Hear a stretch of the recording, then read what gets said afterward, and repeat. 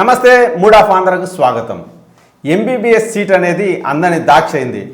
MBBS చదవాలనుకునే విద్యార్థులు ఇక సీట్ రాదేమో, ఇక మన భవిష్యత్తు ఏమో, ఎట్లా చేయాలా ఏమి ఇట్లా దిగులు పడే వాళ్ళు చాలామంది నీట్ విద్యార్థులు ఉన్నారు. అలాంటి విద్యార్థులకు అదృష్టం తలుపు తట్టింది. ఒక అద్భుతమైన శుభవార్తను మీతో పంచుకోవడానికి మీ ముందుకు వచ్చాం. ఆ వివరాలు చెప్పడానికి రాజగోపాల్ రెడ్డి సిద్ధంగా ఉన్నారు. రాజగోపాల్ రెడ్డి గారు నమస్తే సార్. నమస్తే. కొంచెం శుభవార్త చెప్పరా? తప్పకుండా సార్. ఎంబీబీఎస్ కన్వీనర్ కోటాలో స్పెషల్ స్టే వేకెన్సీ రౌండ్లు సీటు పొందిన ప్రతి విద్యార్థికి వాళ్ళ కుటుంబ సభ్యులందరికీ కూడా మన మూడ్ ఆఫ్ ఆంధ్ర ఛానల్ తరఫున శుభాకాంక్షలు తెలియజేస్తున్నాను. మనస్ఫూర్తిగా హృదయపూర్వకంగా మీ అందరికీ కూడా శుభాకాంక్షలు తెలియజేస్తున్నాను. ఎందుకంటే సార్ అన్నట్లు ఎంబీబీఎస్ సీటు పొందడం అంత ఆషామాషి కాదు. MBBS entrance exam NEET UG 2024 exam రాసిన తర్వాత మీరందరూ కూడా ఎంత టెన్షన్ పడ్డారో అది నాకు తెలుసు. ఎందుకంటే ఎగ్జామ్ రాసిన తర్వాత పేపర్ లీక్ అయిందని చాలా టెన్షన్ పడ్డారు. సుప్రీంకోర్టులో కౌన్సిలింగ్ జరుపుకోవచ్చని శుభవార్త విన్న తర్వాత చాలామంది రిలీఫ్ అయ్యారు.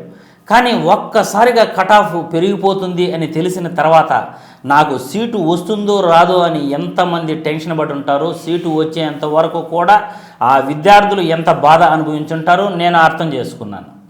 అందుకే నా వీడియోల ద్వారా ప్రతి విద్యార్థికి ధైర్యం నింపేందుకు నా ఛానల్ తరఫున, మూడ్ ఆఫ్ ఆంధ్ర మన ఛానల్ తరఫున మీ అందరికీ కూడా ప్రతి అప్డేట్ అందిస్తూ వచ్చాను. ఇప్పుడు సీటు రానటువంటి విద్యార్థులకు, అంటే ఎంబీబీఎస్ ప్రవేశాలలో కానీ బీడీఎస్ ప్రవేశాలలో కానీ సీట్లు పొందని విద్యార్థులు, ఆల్రెడీ మాకు ఎంబీబీఎస్లో సీట్ రాదు అని బీడీఎస్లో జాయిన్ అయిపోయిన విద్యార్థులు కానీ, ఆయుష్లో జాయిన్ అయిపోయిన విద్యార్థులు కానీ ఈ అవకాశం లేదు. స్పెషల్ స్టే వేకెన్సీ రౌండ్లో వాళ్ళందరూ కూడా నాట్ ఎలిజిబుల్ అవుతారు. ఎవరైతే మెరిట్ అండ్ రిజర్వేషన్ ప్రకారం మెరిట్లో ఉన్నారో ఆ విద్యార్థులు ఎంబీబీఎస్లో కానీ బీడీఎస్లో కానీ చేరకుండా ఖాళీగా ఉన్నారో ఆ విద్యార్థులకు ఈ ఎంబీబీఎస్ స్పెషల్ స్టే వేకెన్సీ రౌండ్లో దాదాపు కూడా 76 సీట్లు అందుబాటులోకి వచ్చాయి. ఎస్వియు రీజన్లో 51 సీట్లు మరియు ఏయు రీజన్లో 25 సీట్లు అడ్మిషన్స్ కళాశాల వైజు సీట్ అలాట్మెంటు ఇవ్వటం జరిగింది. డాక్టర్ ఎన్టీఆర్ హెల్త్ యూనివర్సిటీ వాళ్ళు నిన్న సాయంత్రం 23వ తారీఖు కళాశాల వైజు సీట్ మ్యాట్రిక్స్ను రిలీజ్ చేయడం జరిగింది. ఎస్వియు రీజన్లో విశ్వభారతి మెడికల్ కళాశాల నంద్యాలలో 50 సీట్లు యాడ్ అయ్యాయి ఎంబీబీఎస్ కన్వీనర్ కోటాలో. అదేవిధంగా కర్నూలు గవర్నమెంట్ మెడికల్ కళాశాలలో ఒక విద్యార్థికి సీటు ఇవ్వడం జరిగింది. అదేవిధంగా కిమ్స్ అమలాపురం ఏయు రీజన్లో కిమ్స్ అమలాపురం మెడికల్ కళాశాలలో కూడా 25 సీట్లు ఎంబీబీఎస్ కన్వీనర్ కోటాలో సీట్లు పొందే అవకాశం seat matrix doctor NTR health university ఇవ్వడం జరిగింది. గత 15 రోజుల క్రితమే నాకైతే తెలుసు స్పెషల్ స్టే వేకెన్సీ రౌండ్ ఒకటి ఉంటుంది, ఇందులో సీట్లు పెరుగుతున్నాయి. విశ్వభారతి మెడికల్ కళాశాలకి మరియు కిమ్స్ మెడికల్ కళాశాలకి సీట్లు వస్తున్నాయి. ఆల్రెడీ ఒక ముస్లిం విద్యార్థి బీసీఈ విద్యార్థి హైకోర్టులో కేసు వేసింది. ఆ విద్యార్థికి కర్నూలు సీటు పొందేందుకు ఆ అమ్మాయి కేసు వేసింది. ఈ విషయాలన్నీ కూడా నాకు తెలుసు. కానీ అఫీషియల్ న్యూస్ రాందే మనం విద్యార్థులను తప్పుదారి పట్టించకూడదు అని ఇన్ని రోజులు కూడా నేను వెయిట్ చేస్తూ వచ్చాను.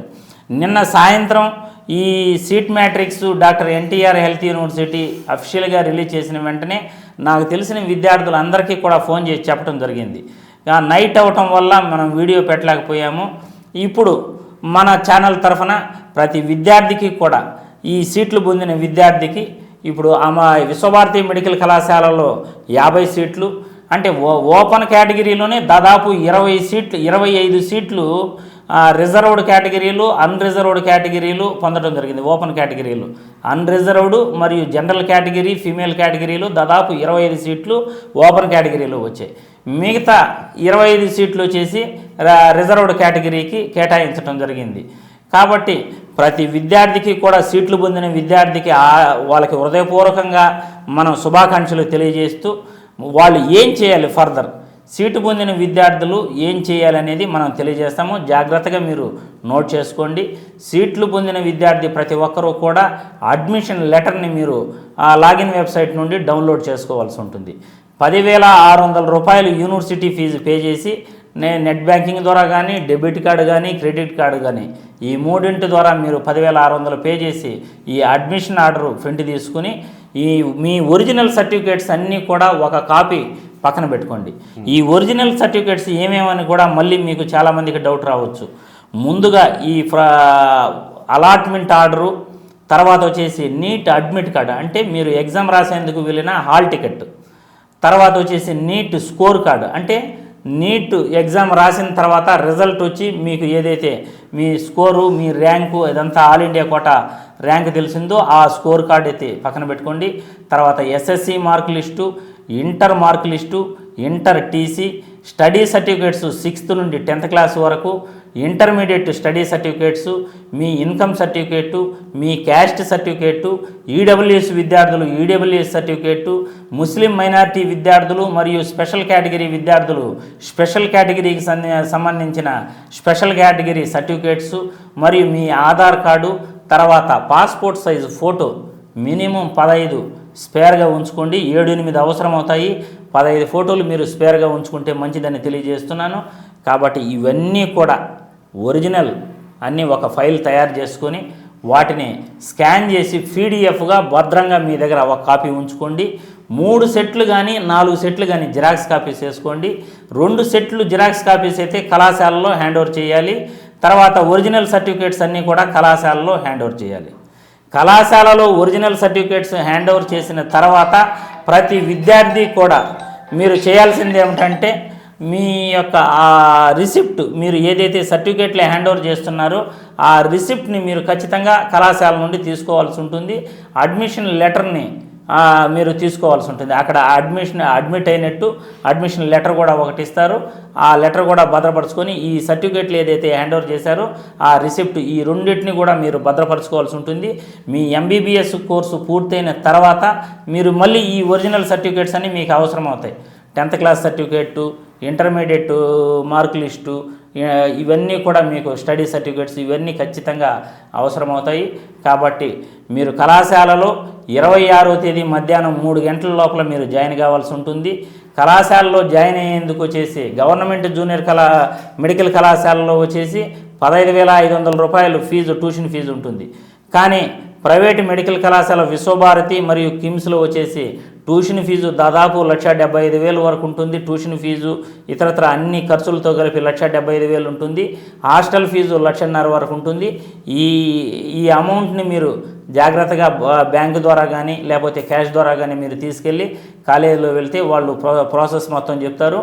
అక్కడ మళ్ళీ అఫిడవిట్ ఇవ్వాల్సి ఉంటుంది. ₹20 స్టాంప్ పేపర్ పైన ఒక అఫిడవిట్ సెక్యూరిటీ బాండ్ అనేది ఇవ్వాల్సి ఉంటుంది. యాంటీ ర్యాగింగ్కి వచ్చేసి ఒక ఆన్లైన్లో మీరు డీటెయిల్స్ ఫిలప్ చేసి ఆన్లైన్ రిసిప్ట్ కూడా ఒకటి ఇవ్వాల్సి ఉంటుంది. ఇది ప్రాసెస్.